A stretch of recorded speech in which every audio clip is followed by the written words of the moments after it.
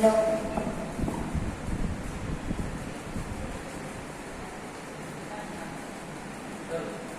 મારું નામ સાગર પ્રકાશભાઈ નાયક છે. હું ધોરણ 8માં અભ્યાસ કરું છું. આજે હું તમને પૃથ્વીરાજ ચૌહાણનું એક પાત્ર અભિનય કરીને બતાવીશ. હું છું પૃથ્વીરાજ ચૌહાણ, દિલ્હીનો સમ્રાટ, રાજવિક્ટોરિયાનું જીવન પ્રતીક. આજે મારી તલવાર શાંત છે, પણ મારું હૃદય જ્વાળામુખી છે. ઘોરી નમકીન પવન જે દૂરના પ્રદેશોમાં ફૂંકાઈ રહ્યો છે તે મને વિશ્વાસ કરાવે છે કે યુદ્ધ હવે દૂર નથી. આ યુદ્ધ માત્ર મારી સીમા માટે નથી, આ તો મારા ધર્મ માટે છે, મારા દેશ માટે છે.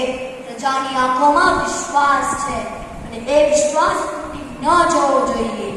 હું જાણું છું કે શત્રુ બલવાન છે, પણ તલવાર તો એ જીતી જાય છે જે હાથમાં હોવાની સાથે દિલમાં પણ તેજ હોય. આ યુદ્ધ મારી કિસ્મત નક્કી કરશે. હું મારું એક મોટું શસ્ત્ર લઈને જાઉં છું, મારું વચન. જીવીશ તો જીત માટે અને મરીશ તો ગૌરવ સાથે.